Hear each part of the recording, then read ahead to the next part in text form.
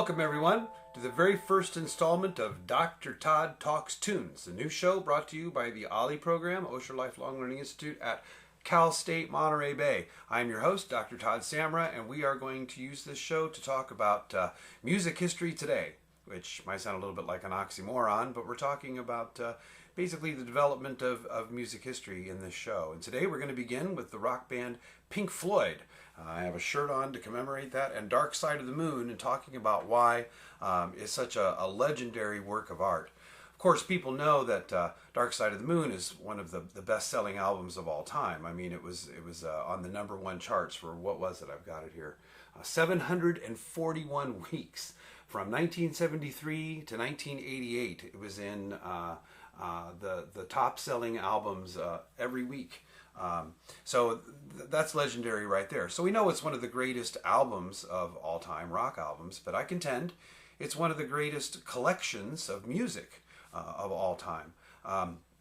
We look back and we compare this music to composers like Schumann and Schubert and their song collection, art song collections like Dichterliebe, Winterreise, and Die Schöne Müllerin, things like that. This holds up compositionally in terms of the quality and integrity of the creative works. Also in comparison to instrumental things like from the Baroque, like the suites of Couperin, for example, and even a Bach cantata, which each cantata is like its own little mini album.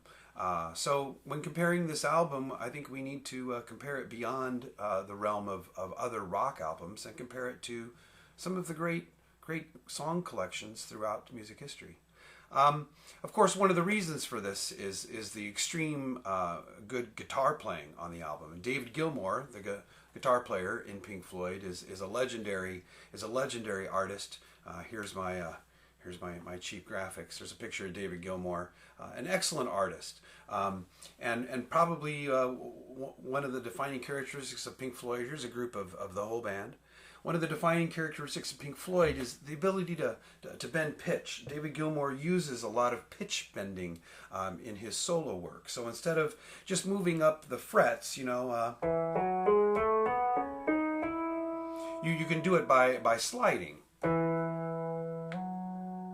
or bending the string, as opposed to moving up to the next fret. So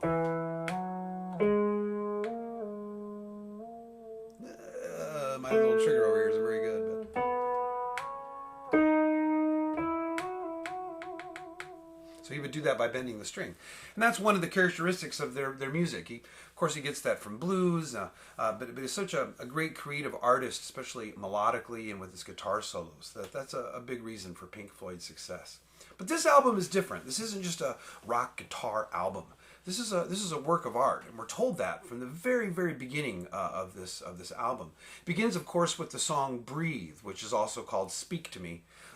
"Speak to Me, Breathe," and this little part at the beginning is actually like an overture. Now, if we look historically at what an overture is, back in the old days, even with a Bach cantata, a sinfonia from Bach cantata, and overtures and early operas, what they did is they set the mood. They basically let you know what was going to happen following it. Think of Mozart and the Marriage of Figaro. Right? It's happy. It's a wedding. Everyone's excited. So he's showing that excitement in the very beginning. Same thing's true of a prelude from a Wagner opera. Think of Tristan und Isolde, one of his great operas, and that broken chord, the Tristan chord, we call it, which is, breaks tonality, so to speak. I mean, why did he do that? Well, he was painting the scene. He was letting people know this relationship between these two people is broken. And so he's setting the mood for that.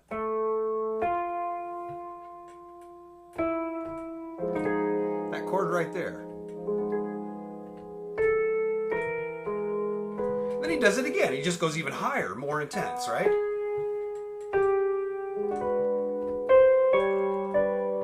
So composers were using overtures to set up the action that was going to happen. But once we get into the Broadway musical, the overture changes, because there were so many great hit songs that would be from some of these musicals. They wanted to expose the listener, the audience member, to these tunes before the song happened in the show, so that when it happened in the show, you're like, that sounds familiar. That's a pretty melody.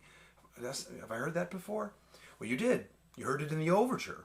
And so what they would do is they would put together basically a medley, a series of the great tunes you're going to hear, but in instrumental form, just kind of right at the beginning of the opera or the operetta or a musical. Well, Pink Floyd does this, but they put a spin on it, because this is a time period after Edgar Varese and the use of like musique concrète, basically the use of sounds, non-musical events as musical events. So what they do is they create an overture that is made up of all of the different examples of musique concrète that are going to be on the album in the order that they're presented on the album. So, you know, the cash machine on Money isn't first. It's kind of in the order of where things are supposed to go. So I'm just going to start a little bit of this so we can hear a little bit of it in the background. You know, we get all these different sound events. These are musical events. They're sound events. There's the ticking clock for time. Ooh, there was a bad word. There's the cash machine for money. See, we're kind of going down the list here.